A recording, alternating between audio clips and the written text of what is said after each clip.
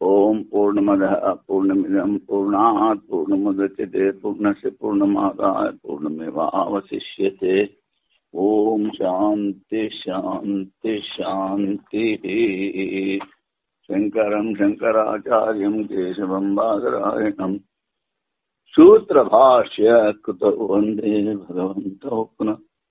ఈశ్వరో గురురాత్మేతి మూర్తిభేద విభాగినే వ్యోమవద్వ్యాప్తదేహాయ దక్షిణామూర్తయే నమః. ఓం శాంతి శాంతి. ఇది జ్యోతిరాధ్యధికరణము. ఇందులో ఒక సూత్రం అయినట్టుంది, ఇంకో సూత్రం ఉంది, ఇంకో 2 సూత్రాలు. ఇది ప్రాణవత శబ్దాత్. ప్రాణవత అంటే ప్రాణం ఉన్న, ప్రాణం ఉందని చెప్పారు కనుక శబ్దాత్ అంటే సూత్రాలు చెప్పారు. అంటే ప్రాణంతో ఉన్న జీవునికి ప్రాణవత శబ్ద. ప్రాణంతో ఉన్న జీవునికి ఇంద్రియములతో స్వస్వామి సంబంధం కలదు. అంటే జీవించున్న వ్యక్తికి ఇంద్రియాలతో స్వస్వామి సంబంధం. జీవుడు స్వామి, ఇంద్రియాలు ఆ విషయాలన్నీ చేరుస్తూ ఉంటారు. మనసు ద్వారా ఆ జ్ఞానం జీవుడికి కలుగుతుంది. అందుకని స్వస్వామి సంబంధం చెప్పారు. ఇంద్రియాల ద్వారా కలుగు భోగం అనుభవించేవాడు జీవుడే, కానీ అది ఇంద్రియాభిమాని దేవతలు కారు. ఎందుకంటే పూర్వపక్షి అడిగాడు, ఇంద్రియాభిమాని దేవతలు కూడా ఈ పుణ్యపాపాలు పోతాయి. అందుకని స్వచక్షుషా పురుషో, కన్నుల అభిమాని జీవుడు రూపములు గ్రహించడుకు నేత్రేదేవ పనిచేయను అని శృతి ప్రమాణము. శబ్దాత్ అంటే శృతి ప్రమాణం ద్వారా. అది ఏమిటి? కన్నుల అభిమాని జీవుడు రూపమును గ్రహించడుకు నేత్రేంద్రియం పనిచేయను. వాడు ఆ జీవుడు రూపాలు గ్రహించాలంటే, రూపాలు చూడాలంటే వాడి నేత్రాలు పనిచేస్తాయి. ఇది సూత్రార్థమైంది. ప్రాణంతో ఉన్న జీవునికి ఇది అందులో ఉపనిషత్తులో చెప్పారు కనుక ఏమి చెప్పారు?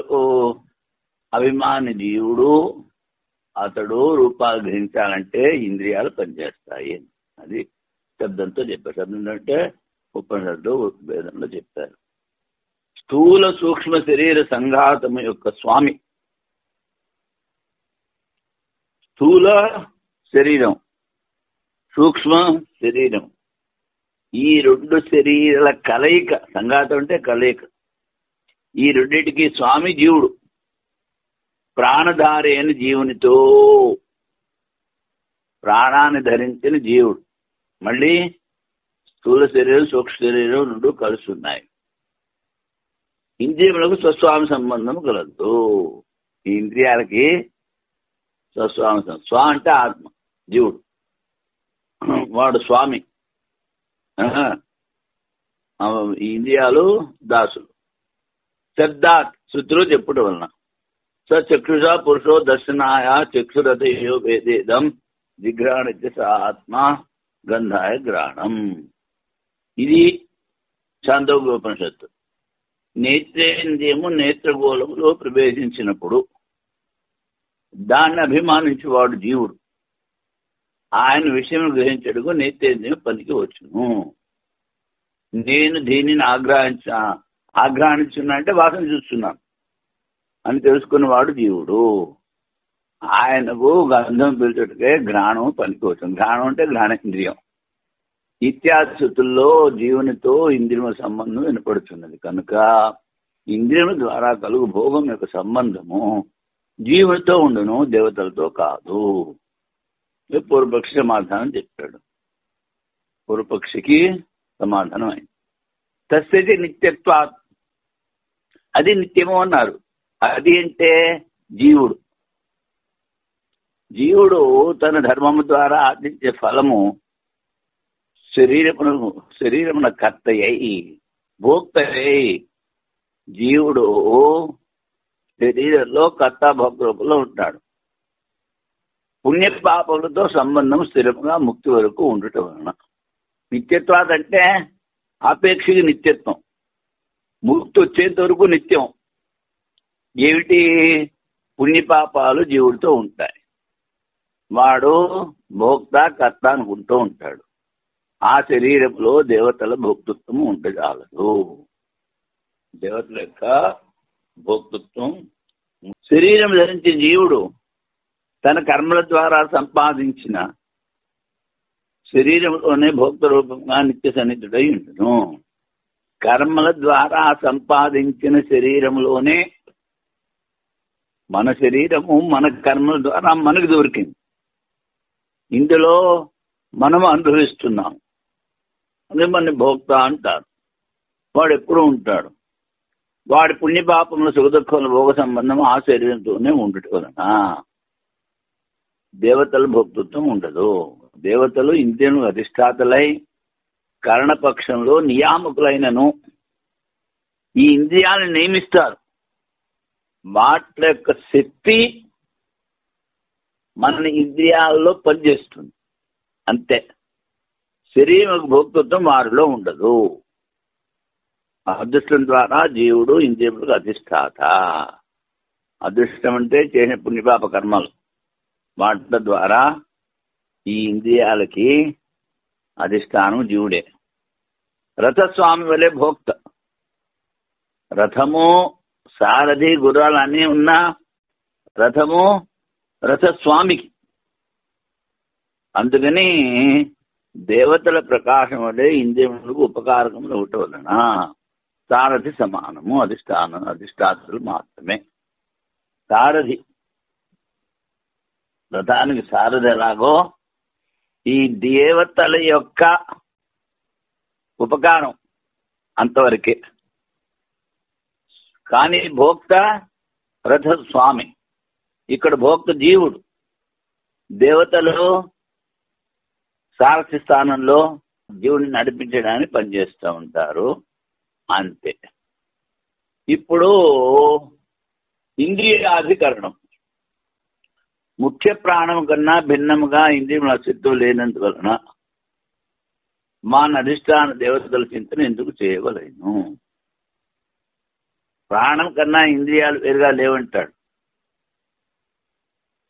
మరి ఇంద్రియాలు వేరుగా లేనప్పుడు ఇంద్రియాలకు అధిష్టాన దేవతలు వాళ్ళ చింతన ఎందుకు చెయ్యాలి అంటాడు. ఇది ప్రశ్న. అందుకని దీనికి ఆక్షేప సంగతి. ఆక్షేపం చేశాడు.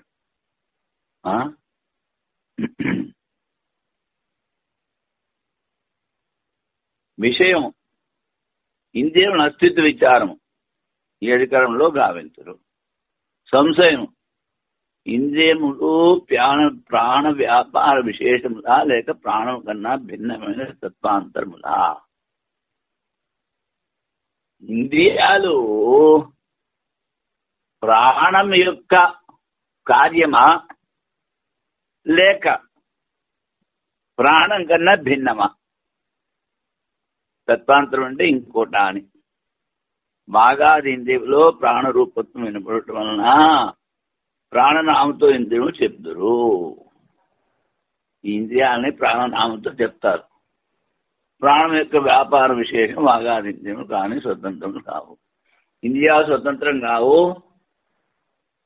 ప్రాణం యొక్క విశేష వ్యాపారం ఇంద్రియాలు ఉంటాడు. ఎవడో పూర్వపక్షి.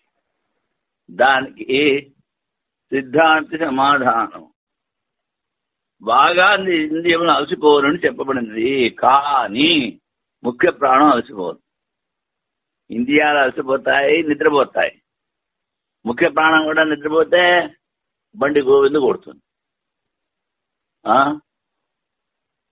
అందుకని ఈ ముఖ్య ప్రాణము అలసిపోదు. బాగా ఇంద్రియములు ప్రాణనామము గౌణము. మరి ఇంద్రియాలకు ప్రాణం అని ఎందుకు చెప్పారంటే అది గౌణనామం. ఇంద్రియమనియు ప్రాణం ఉందనే సర్వకార్యములు ఆచరించను. ప్రాణం లేకుంటతో తమ కార్యములు నిర్వహించలేవు. మొత్తం శరీరం ప్రాణం ఉంటేనే పనిచేస్తే లేకపోతే శివం చేయదు. అందుకని విషయములను ప్రకాశింపజేయలేవు. ప్రాణం లేకపోతే ఏమీ చేయలేవు. 2 రోజులు ఉపాసన చేస్తే సమంగా కళ్ళతో చూడలేవు, మనసు చింతన చేయలేవు, ధ్యానం లేదు, జపం లేదు, వలకాడు లేదు, పడుకుంటావు. అందుకని ఇంద్రియములను ప్రాణనామంతో చెప్పిరి. ప్రాణము ఇంద్రియములకు నాయకుడు అంతే, అంతేగాని వాడే వీడు కాదు. ఇప్పుడు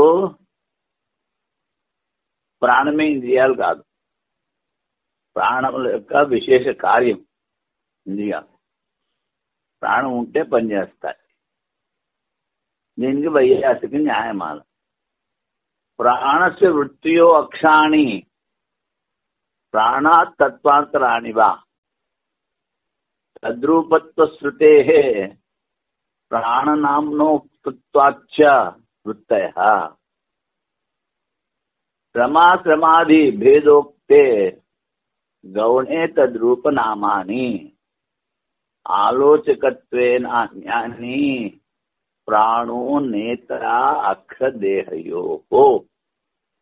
ప్రాణస్య వృత్తయ అక్షాణి. అక్షాణి అంటే ఇంద్రియాలు. ప్రాణస్వరూపమా లేకపోతే ప్రాణం కన్నా వేరే తత్వమా అనేది సంశయం. తద్రూపత్వ శృతే ప్రాణరూపమనే చెప్పారు ఇంద్రియాలని శృతులు. అందుకని మళ్ళీ ఇంద్రియాలని ప్రాణనామంతో చెప్తారు. అందుకని ప్రాణవృత్తులే అంటాడు. ఇంద్రియాలు ప్రాణం వేరు కాదు అంటాడు అవుడు పూర్వపక్షి. అప్పుడు సిద్ధాంత అంటున్నాడు శ్రమ అశ్రమాది భేదోక్తే. ఇంద్రియాలు అలసిపోతాయి, ప్రాణం అలసిపోదు. మరి ప్రాణనామంతో చెప్పారంటే అది గౌణము, ముఖ్యం కాదు. ఆలోచకత్వేన అన్యాని ప్రాణో నేత అక్షదేహయోః. విచారించి చూస్తే ఈ ఇంద్రియాలకి దేహానికి ప్రాణము నేత, నేనయే తీసుకుపోయేది. అందుకని ఈ వైయాసిక న్యాయకాలకి ఇప్పుడు అనువాదం. ఇంద్రియములు ముఖ్య ప్రాణవృత్తుల, ప్రాణము కన్నా భిన్నతత్వముల. ఇంద్రియములు ప్రాణవృత్తులే. ఈ ప్రాణమునకే రూపములు అయ్యేదము అని ఇంద్రియముల వాక్యం వలన ప్రాణేంద్రియములకు ఐక్యం కానవచ్చును. ఇప్పుడు ఇంద్రియాలకి విడిగా ఆహారం తీసుకునే పద్ధతి లేదు. ప్రాణము ఆహారాన్ని గ్రహిస్తుంది. దాని సారము దీని యొక్క అంగమైన సమాన వాయువు ఆ అన్నరసాన్ని అన్ని ఇంద్రియాలకి తీసుకెళ్తుంది. అంటే ఏమిటైంది? ప్రాణం ద్వారా ఇంద్రియాలు పుష్టి అవుతున్నాయి అని. కానీ ఈ ఇంద్రియ సంవాదము నిన్నో మొన్నో చెప్పాం, ఇంద్రియాలను దెబ్బలాడుకున్నాయి. అప్పుడు సృష్టి చేసేటప్పుడు మరి మాకు భోజనం ఏమిటి అంటే మీరు ప్రాణంతో ఒకటైపోండి అని చెప్పారు. ఇంద్రియాలకి ప్రాణంతో ఒకటైతే ప్రాణం తిన్నా మీకు అందరికీ దొరుకుతుంది అని. ఇంద్రియముల వాక్యం వలన ప్రాణేంద్రియులకు ఐక్యం కానవచ్చుతుంది. ప్రాణమునకే రూపం అంటే ప్రాణ రూపాన్ని మేము పొందుతాము అని ఇంద్రియాలు చెప్పాయి. అందుకని మళ్ళీ ప్రాణశబ్దంతో ఇంద్రియాలు చెప్తారు కనుక ఇంద్రియాలు ప్రాణము ఒకటే అంటాడు పూర్వపక్షి. అప్పుడు సిద్ధాంత జవాబు ఇంద్రియములు భిన్నములు ప్రాణము కన్నా. ఇంద్రియములకు శ్రమాశ్రమలు అనగా అలసట అలసలేకపోవట చెప్పబడినవి. ఇంద్రియాలు అలసిపోతూ ఉంటాయి, ప్రాణం దానికి అలసట లేదు. ఇంద్రియములు ప్రాణరూపము, ప్రాణనామము, ఉపచారం మాత్రము. మేము నీ రూపం అవుతాము, తర్వాత నీ పేరుతో పిలువబడతాము అన్నది గౌణ ప్రయోగం, ముఖ్యం కాదు. ఇంద్రియముల విషయములను గ్రహించటకు మరియు దేహం నిలబడటకు ప్రాణము కారణము. ప్రాణం ఉంటే ఈ ఇంద్రియాల విషయాలు గ్రహిస్తాయి, శరీరం ఉంటుంది. అది అందుకని ఇంద్రియాలకి దేహానికి ప్రాణము నేత. ఇప్పుడు భారతీయ రీతుల వారి వ్యాఖ్య, వాగాది ఇంద్రియములను ముఖ్య ప్రాణవృత్తులగును. ఇంద్రియాలు ముఖ్య ప్రాణంతో ఒకటంటాడు. ఎందుకు? ప్రాణరూపములను శృతి కలదు. ఇంద్రియాలన్నీ ప్రాణరూపం అనేటువంటి శృతి ఉంది. ఎక్కడ? అంతా అస్వైవ సర్వే రూపం ఆసమామ. ఆసమా ఆ రూపం ఆసమ. మనం అందరం ఈ ముఖ్య ప్రాణరూపాన్ని పొందుదాము. ఈ ప్రాణరూపములు అయ్యేదము. ప్రాణశబ్దంతో ఇంద్రియములని చెప్పు వ్యవహారం కలదు. మ్రియమాణస్య నా అద్యాపి ప్రాణా నిర్గచ్చంతి అనగా, ఇప్పటి వరకు ఇంకా ప్రాణం పోలేదు, ఇంద్రియాలు పనిచేయట్లేదు, కానీ ప్రాణం పోలేదు అనగా కావుడు సిద్ధమైన ప్రాణములు ఇంతవరకు పోలేదు. శృతిలో ఇంద్రియములను ప్రాణనామంతోనే చెప్పేది. నభై వాచన చక్షుంసి నా శ్రోత్రాన్ని నా మనాంసి ఇత్యాచక్షతే ప్రాణ ఇత్యాచక్షతే. వాణిని వాణి అంటారు, కళ్ళని కళ్ళండ్రు, చెవులండ్రు, మనసుని మన్నారు. కానీ ఏమిటంటారు? ప్రాణత్వంతో చెప్తారు. బాగింద్రియం కాదు, కన్నులు కాదు, చెవులు కాదు, మనసులు కాదని చెప్తూ ఇంద్రియములను ప్రాణములనే చెప్పేద్దరు. ప్రాణం కన్నా వేరుగా ఇంద్రియములు లేవు అంటాడు ఎవడు? పూర్వపక్షి. దానికి సిద్ధాంతం చెప్తున్నాడు. ఏమిటి? తాను మృత్యు సమభూత్వో ఉపేయమే తస్మాత్ సామ్యతేవ వాక్. కానీ అంటే ఇంద్రియాలని అలసట రూపం అయ్యి దాన్ని కలుస్తాం. అందుకని వాణి అలసిపోతుంది, ఇంద్రియాలు అలసిపోతాయి. శరీర ధారణము తమ కార్యమేనని ఇంద్రియులు భావించుతుండగా మృత్యుదేవత తమ రూపంలో ఆ ఇంద్రియములనల్లా నిగ్రహించును. ఇంద్రియాలని నిగ్రహించింది. అందుకనే ఎక్కువగా మాట్లాడితే వాగింద్రియం అలసిపోతుంది. ఈ శృతుల ద్వారా బాగాది ఇంద్రియముల అలసట వాని విషయములతో చెప్పి ప్రాణమును కూర్చి ఈ విధంగా చెప్పేది. ఇంద్రియాలన్నీ అలసిపోతాయి, కానీ ప్రాణం పుట్టిన దగ్గర నుంచి ఏమిటి?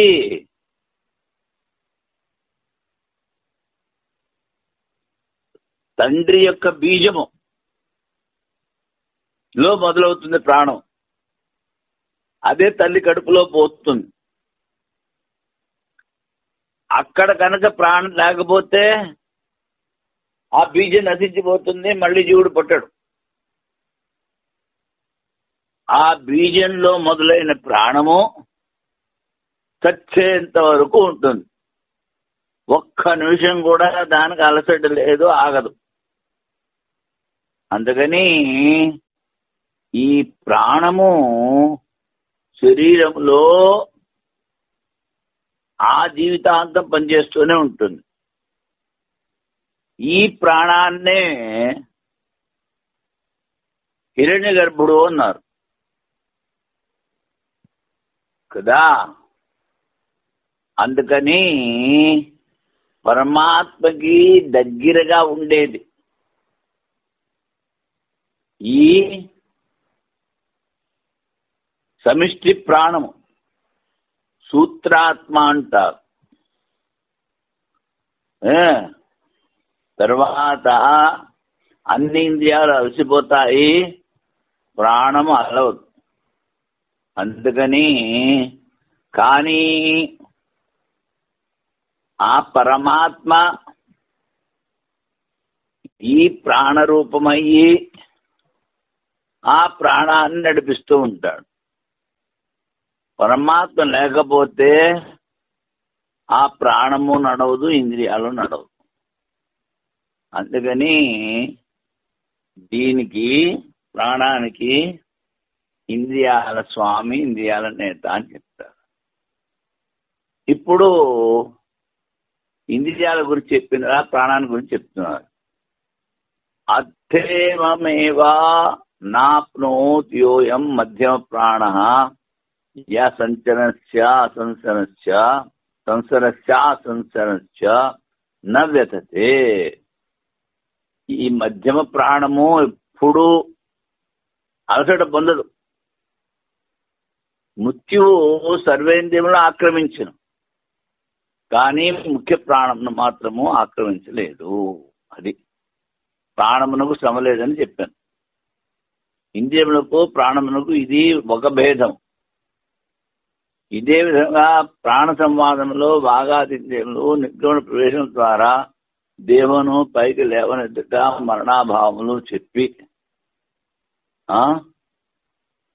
ప్రాణము ఈ దేహాన్ని నిలబెడుతుంది, పైకి లేవనెత్తుట.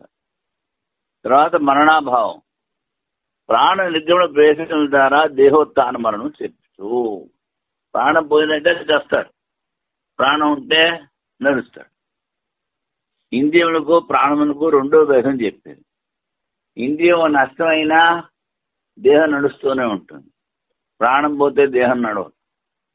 భేదములు చెప్పడం వలన వాగాది ఇంద్రియముల్లో ప్రాణరూపము మరియు ప్రాణశబ్ద వ్యవహారము గౌణమని తేలింది. అందుకని ఇంద్రియాల్లో ప్రాణరూపం గౌణం, ప్రాణ వ్యవహారం. ఇంద్రియములు సేవకుల వల్లే ప్రాణమును అనుసరించును, కానీ వ్యవహారంలో ప్రాణమునకు ఇంద్రియములకు అనేక భేదములు కలవు. తమ తమ విషయగ్రహణ శక్తి ద్వారా ఇంద్రియములు ఆ విషయములు ప్రకాశింపజేయను, కానీ ప్రాణము ఇంద్రియములకు దేహమునకు నాయకుడు. ప్రాణం గ్రహించదు, ఇంద్రియాలు గ్రహిస్తాయి. కానీ ఆ ప్రాణం ఉంటేనే ఇంద్రియాలు పనిచేస్తాయి, లేకపోతే లేదు. అత్యంత విలక్షణం ఉండడం వల్ల ప్రాణం కన్నా ఇంద్రియములు భిన్నములు. ఇంత చెప్పి ఏం చేశాడు, ఇంద్రియాలు ప్రాణము వేరు. పూర్వపక్షి ఒకటంటే సిద్ధాంతి వేరని చెప్పాడు. ఇంద్రియాన్ని తద్వ్యపదేశాత్ అన్యత్ర శ్రేష్టాత్. ఆ ఇంద్రియాలని వేరుగా చెప్తారు కనుక అంటున్నాడు. ముఖ్య ప్రాణం కన్నా భిన్నమైన భాగాలను ఇంద్రియ శబ్దంతో చెప్తుంది. ఇంద్రియాన్ని తద్వ్యపదేశాత్, ఇంద్రియ శబ్దంతో చెప్పారు. ముఖ్య ప్రాణం కాదు, వేరుగా. ప్రాణశబ్దంతో కాదు. ఏ తస్మాత్ జాయతే ప్రాణ, ప్రాణం వేరు, ఇంద్రియాలు వేరు. ఇంద్రియములు ప్రాణంలో అంతర్భావం చెప్పాను. ఇంద్రియాలు ప్రాణం ఒకటే అంటాడు పూర్వపక్షి సిద్ధాంతి. అంతర్భావములు కావను, అవవు. ఏ తస్మాత్ జాయతే ప్రాణో మనః సర్వేంద్రియాణి చ. ఈ ఆత్మని ప్రాణము, మనస్సు, ఇంద్రియాలు ఉత్పత్తి అయ్యాయి.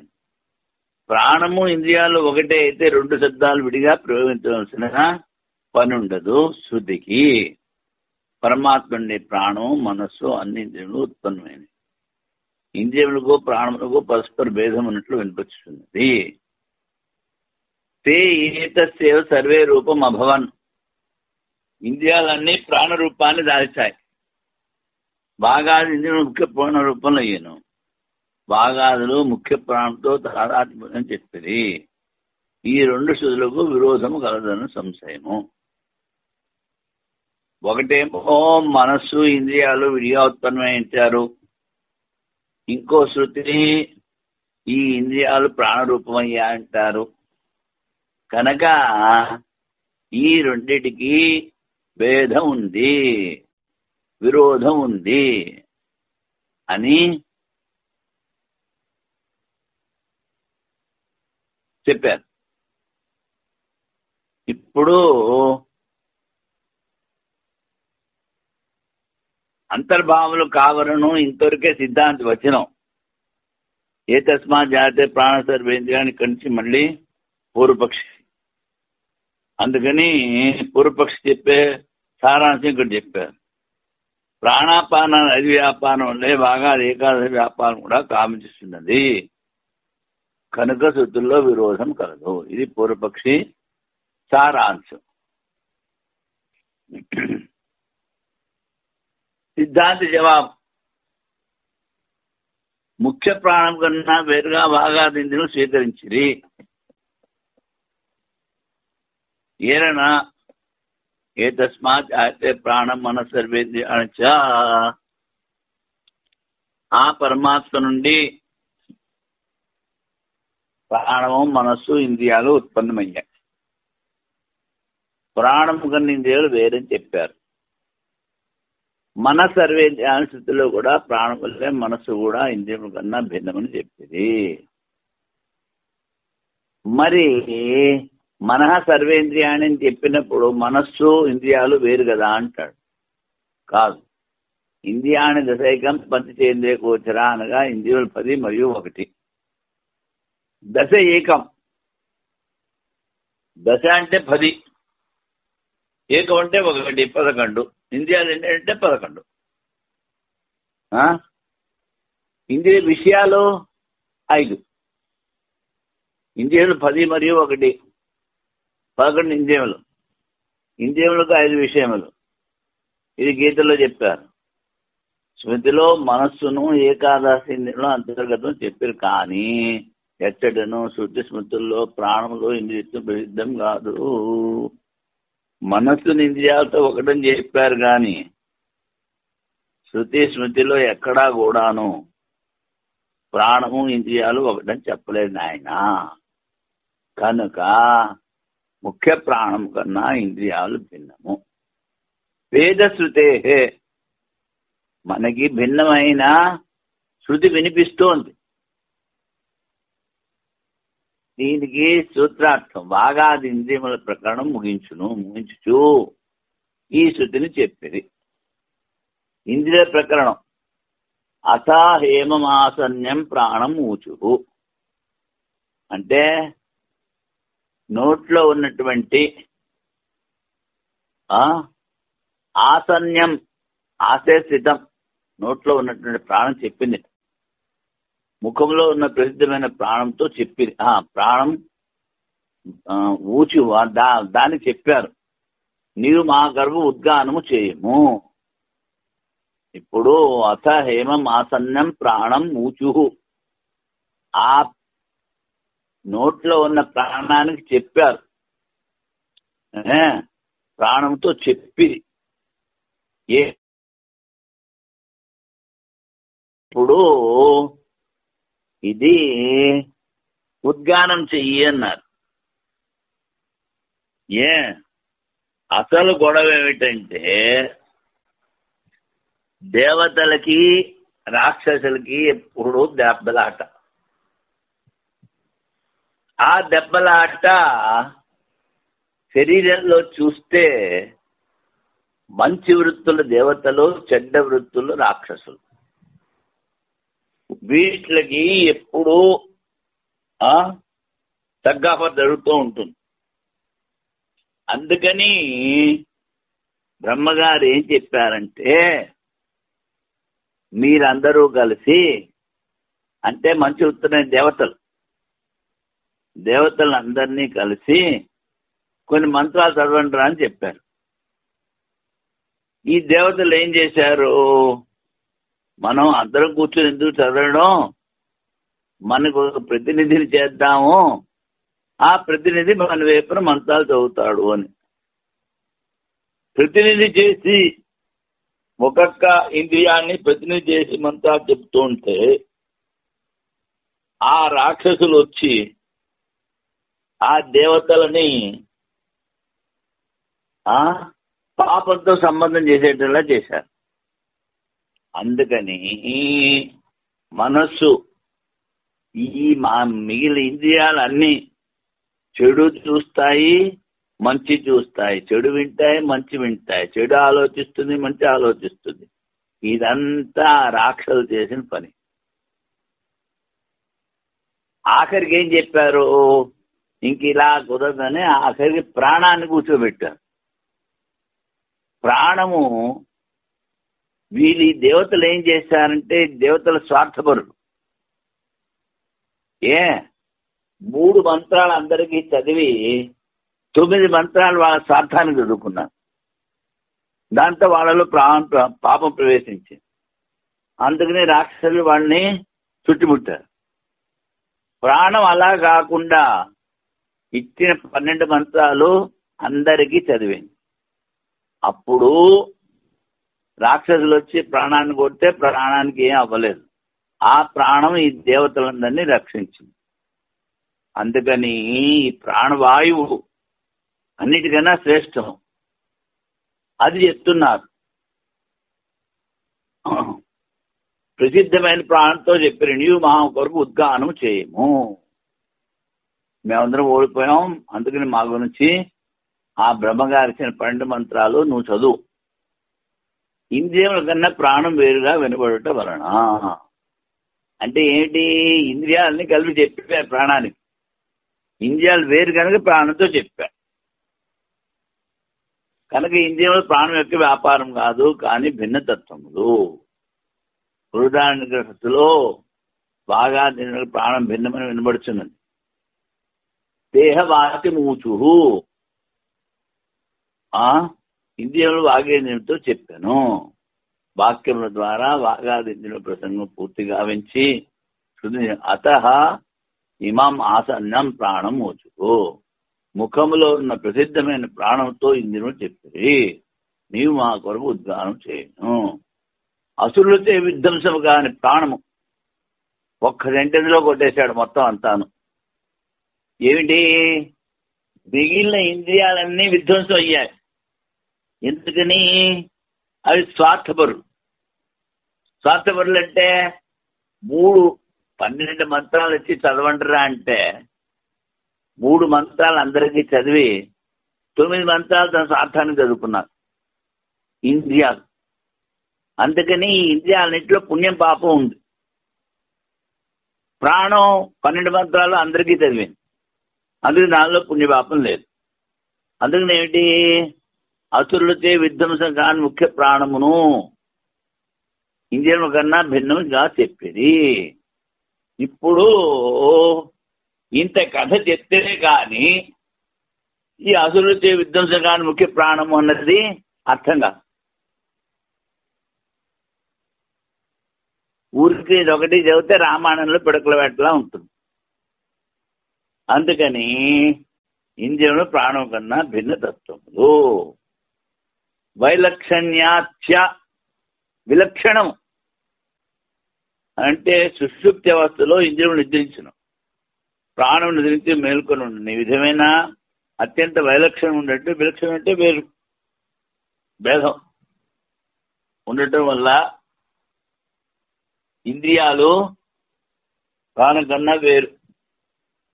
బాగా ఇంద్రియం నిద్రించినో ముఖ్య ప్రాణం మేల్కొని ఉండను, బాగా ఇంద్రియం లేనివనో కేవలం ముఖ్య ప్రాణం మేల్కొని ఉండను.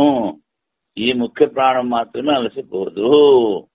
అనేకమైన విలక్షణత భేదం ఉండడం వల్ల ముఖ్య ప్రాణం కన్నా ఇంద్రియములు భిన్నత్వం స్వీకరించింది.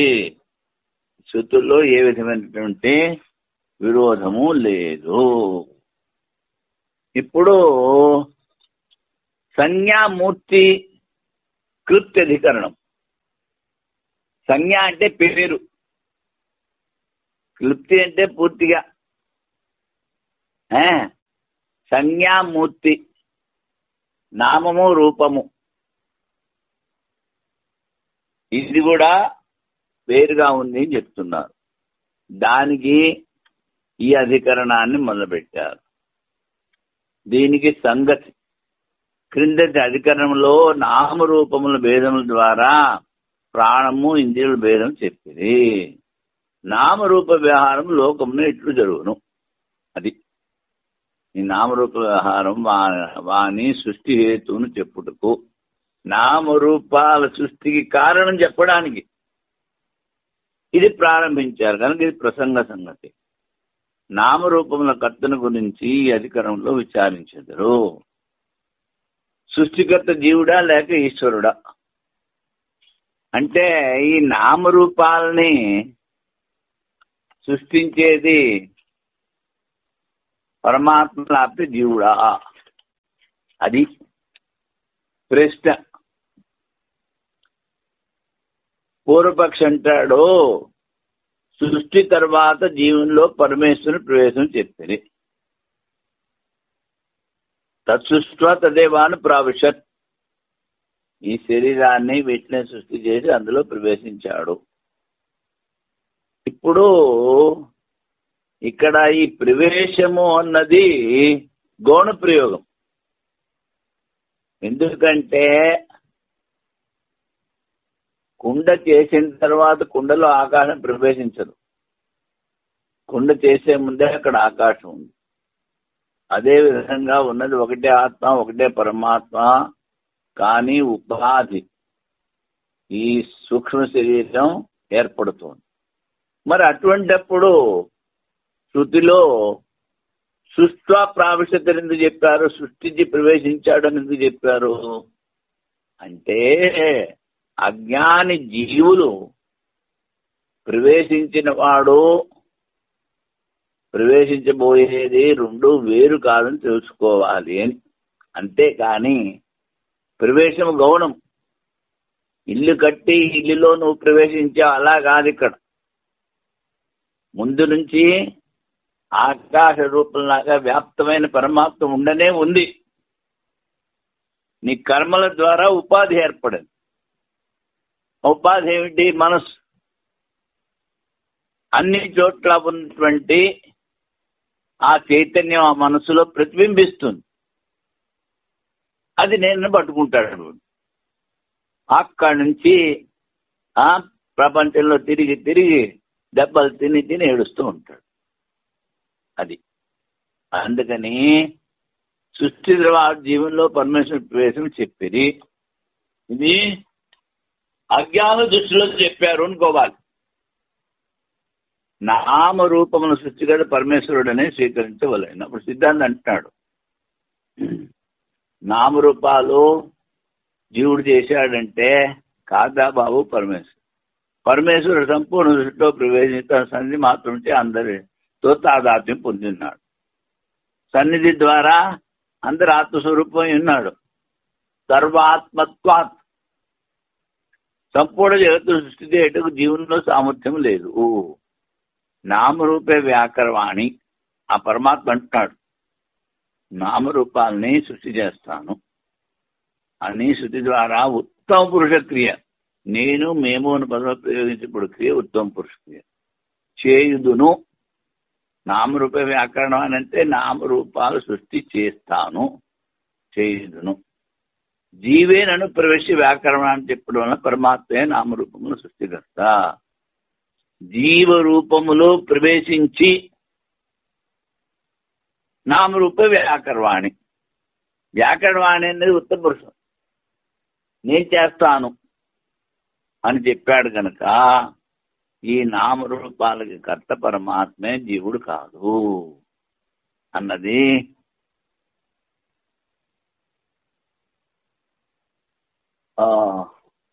ఇప్పుడు దీనికి వైయాసిక న్యాయమాల. నామరూపే వ్యాకరణే జీవకర్త అథవా ఈశ్వర అథవేశ్వర అనేన జీవేన ఇత్యుక్తే వ్యాకర్త జీవయిష్యతే. జీవాన్వయ ప్రవేశేన సన్నిధే సర్వసజ్జనే జీవో అశక్త శక్త ఈశ ఉత్తమోక్తిస్తథేక్షతు. నామరూపాలని సృష్టి చేస్తాను అన్నప్పుడు జీవుడు కర్త నామరూపాలకి, లేకపోతే ఈశ్వరుడా? అనేన జీవేన, ఈ జీవుని రూపములో ప్రవేశించి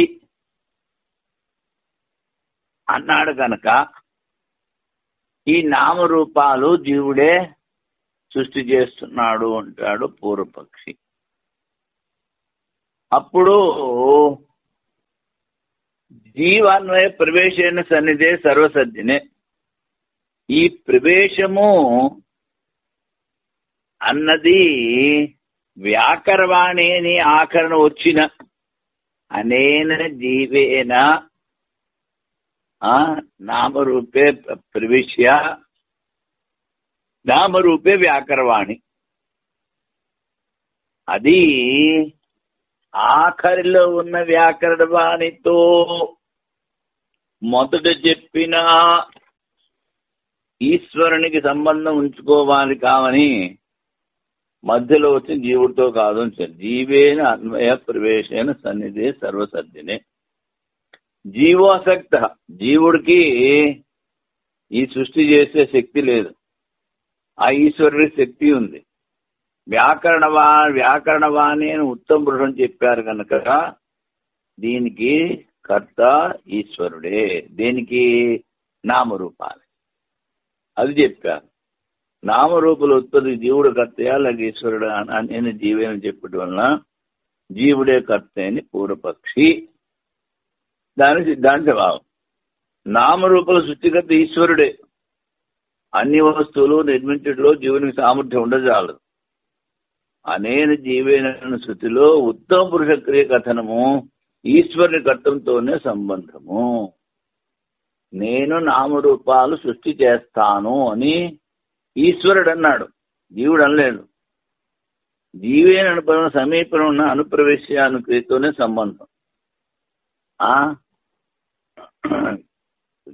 జీవునిలో ప్రవేశించాడు అంతే. వాక్యం గురించి వ్యాకరణవాణి క్రియతో సంబంధం లేదు. వ్యాకరణవాణి అంటే సృష్టి చేయటం. దీనికి ఈ వైయాసిక న్యాయమాల అయింది. ఇప్పుడు భారతీయ తీర్థుల వారి వ్యాఖ్య. ఈశ్వరుని ద్వారా పంచభూతులు ఉత్పన్నమైన తర్వాత ఈ కనిపించే భౌతిక పైన కొండలు మొదలగు వారి నామరూపముల సృష్టి జీవుడే కావించాను. పూర్వపక్షం అంటున్నాడు, చేయం దేవత అనేన జీవేన ఆత్మ అనుప్రవేశ నామరూపే వ్యాకరణ. ఆ దేవత ఈ జీవుని ఆత్మలో ప్రవేశించి నామరూపాలు సృష్టి చేసింది అన్నయా. అంటే ఆ దేవత సంకల్పం కావించింది. ఈ జీవాత్మ రూపంలో ప్రవేశించి నేను రూపములను సృష్టించను, నామరూపాలను సృష్టించాను. సృష్టిలో జీవుని సంబంధం వినబడుతున్నది అని పూర్వపక్షి అంటాడు. ఎందుకని? జీవాత్మ రూపములో దేహంలో ప్రవేశించి ఈ దేవత అంటోంది. దేవత అంటే పరమాత్మ. నేను నామరూపం సృష్టించదను. అది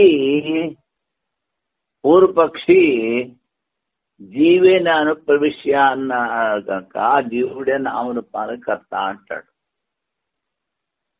జీవేన అనుప్రవేశ అనే వాక్యంలో ప్రవేశ పదముతో జీవుని సన్నిధి వలన అందరం కలుగు. జీవుని రూపంలో ప్రవేశించి జీవేన వ్యాకరణాన్ని చెప్పినచో జీవునికి వ్యవధానం ద్వారా అన్వయం కలుగును. అప్పుడు జీవునికి నది కొండలు మొదలైన వారిని నిర్మించే శక్తి ఉండదు. జీవుని ద్వారా సృష్టి నామరూపాలు అంటప్పుడు ఆ జీవుడికి కొండలు, దెబ్బలు, సముద్రాలు ఇలాంటి సృష్టించలేడు. ఈశ్వరుడు సర్వశక్తిమంతుడు, అన్ని సృష్టి చేస్తాడు. పరాశక్తి విధైవ శ్రూయతే శతాశత రూపంలో వినిపిస్తోంది. అస్య శక్తి పరాశ అంటే ఆ పరదేవత బ్రహ్మ యొక్క శక్తి వివిధైవ శ్రూయతే అనేక రకాలుగా వినిపిస్తుంది. ఆ పరమేశ్వరుని శక్తి అనేక రూపంగా వినపడుతున్నది. వ్యాకరణవాన్ని ఉత్తమ పురుష అంటే కర్త ఎక్కడ మొదలెట్టింది?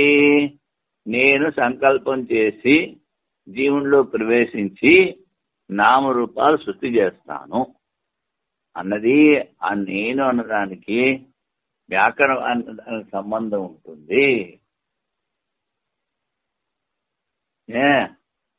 పరమేశ్వరుని శక్తి అనేక రూపంగా కానీ వ్యాకరణవాణి ఉత్తమ పురుష క్రియ ప్రయోగము ఈశ్వరుని పక్షంలో అన్వయమగును. నామరూపముల సృష్టిగత ఈశ్వరుడే, జీవుడు కాదు. కుండామల చేతిలో ఈశ్వరుని ప్రేరణ వల్ల కుమ్మరిలో కర్తృత్వం కలుగుతుంది. మరి చిన్న చిన్నవన్నీ చేస్తాడు. ఏది చేసినా ఒక సంకల్పము చేశాడు అంటే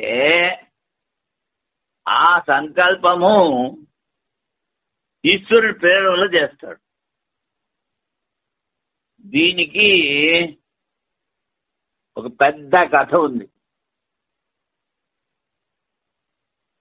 అది ఎలాగా అంటే మన వైపు చెప్తారు ఉషా పరిణయము అని. అది ఏమిటి? ఉష యొక్క తండ్రి సహస్రబాహు, వాడి పేరేదో ఉంది. వాడు ఈశ్వరుడు భక్తుడు. ఈశ్వరుని తపస్సు చేసి ఒకసారి అంటాడు, నా భుజాలు బాగా దొరగా ఉన్నాయి, ఈ మొత్తం ప్రపంచంలో నాకు సమబుద్ధి ఎవడు లేడు, యుద్ధం చేయాలనుకుంటాను అంటాడు. ఎవడు? ఉష తండ్రి.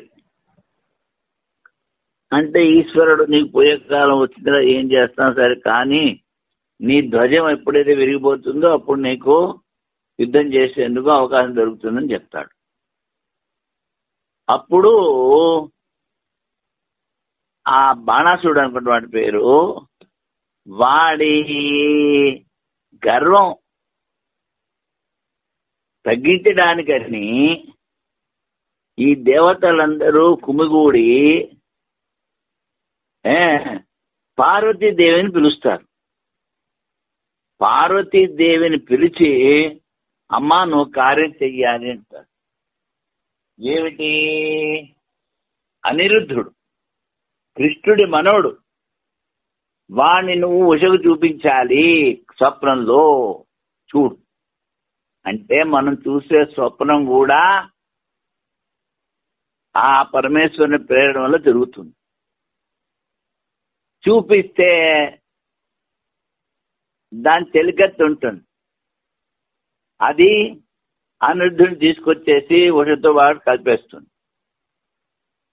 అప్పుడు ఆ అనిరుద్ధుణ్ణి రక్షించడానికని కృష్ణుడు వచ్చి బాణాసురుడి 998 చేతులు నరికేస్తాడు.